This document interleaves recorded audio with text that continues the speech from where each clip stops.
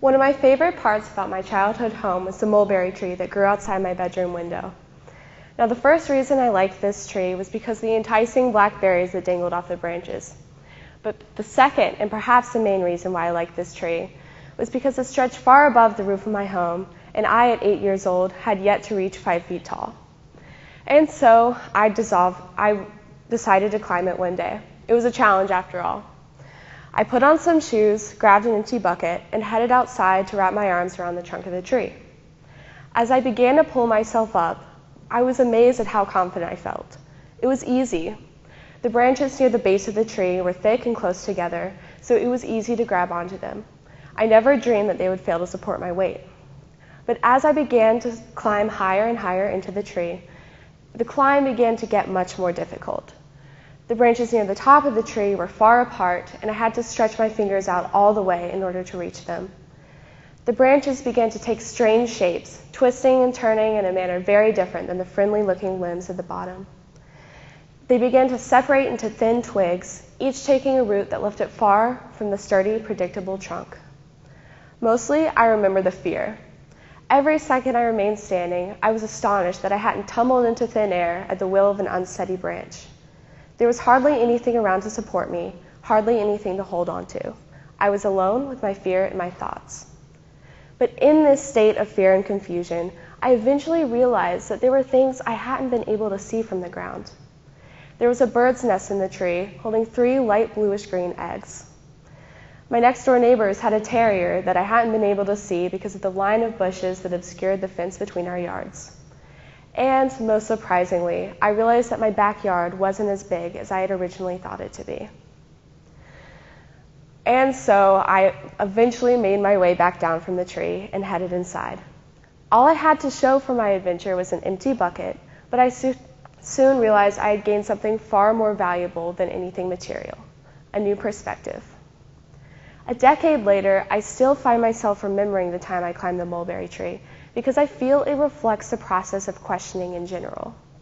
But before I talk about how the simple act of climbing a tree relates to an essential part of human nature, I'd like to talk a little bit about what questions are anyway. In other words, why do we ask why? Questioning is a distinctly human trait, and even our close counterparts in evolution, the chimpanzees, haven't been observed seeking the causes of certain phenomena with the same level of curiosity as humans. Now, this curiosity stems from many functions of the brain and body, but I'm mostly going to be talking about its connection to the chemical dopamine. Dopamine is one of the brain's neurotransmitters and helps to relay information to different neurons.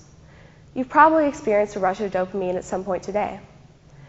Since this chemical is related to the brain's reward center, you've probably experienced a rush of dopamine after beating your personal record at a swim meet, or finally sitting down to binge watch The Office after a long study session.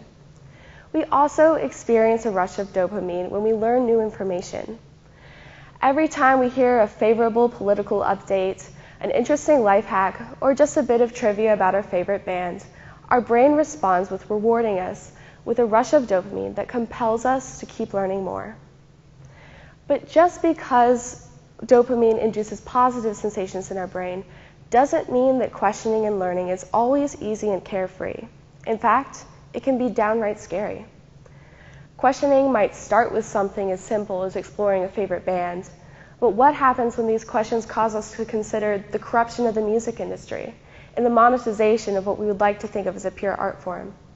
What happens when we start to question whether music really matters in a world overrun with war and famine? What happens when we start to question whether we really matter?